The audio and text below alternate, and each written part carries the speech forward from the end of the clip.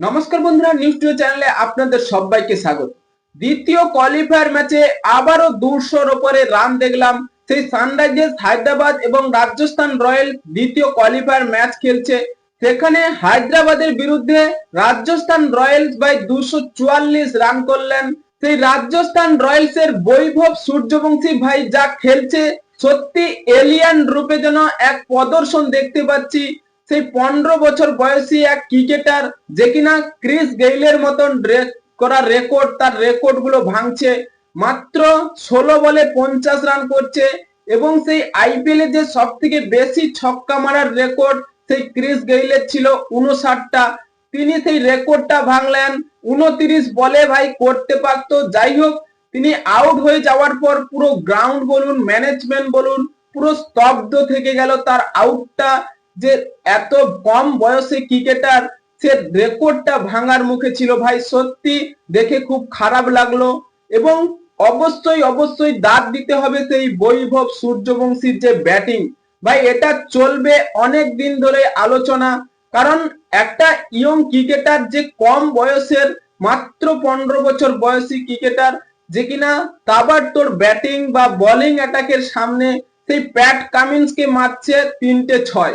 ভাই ভাবাই যায় যে অস্ট্রেলিয়া ক্রিকেটে রাজ করে বেড়ায় সেই সব প্যাট কামিন্স তাদের বলকেও পুরো বাউন্ডারির বাইরে বার করছে। সত্যি এই বৈভব সূর্যবংশী রাজস্থান রয়্যালস এর গর্ব নয়, পুরো ইন্ডিয়া টিমের গর্ব যে এত সুন্দর একটা প্রদর্শন করা ক্রিকেটার পেয়েছে টিম ইন্ডিয়া। ভাই এর প্রশংসা হওয়া যোগ্য। রাজস্থান রয়্যালস 20 ওভার শেষে যে 244 রানের টার্গেটটা দিয়েছে সেটা হায়দ্রাবাদের কাছে অনেকটাই কঠিন হতে পারে। কারণ তারা 246 রানও টার্গেটে তাড়া করেছিল, তারা অবশ্যই জয় পেয়েছে। কিন্তু এই যে রাজস্থান রয়্যালস কোয়ালিফায়ার ম্যাচে এত রান দিয়েছে ভাই, সেখানে প্রথমে ব্যাটিং করতে এসে অভিষেক শর্মাকে আউট নিল সেই জোফরা আর্চার এবং হায়দ্রাবাদের সেই ব্যাটিং অর্ডার যে তাসের ঘরের মতো ভেঙে গেল সেই রাজস্থান রয়্যালস এর বোলিং অ্যাটাকের সামনে। হ্যাঁ বন্ধুরা, এবার দ্বিতীয় কোয়ালিফায়ার ম্যাচে জয় পেল সেই রাজস্থান রয়্যালস।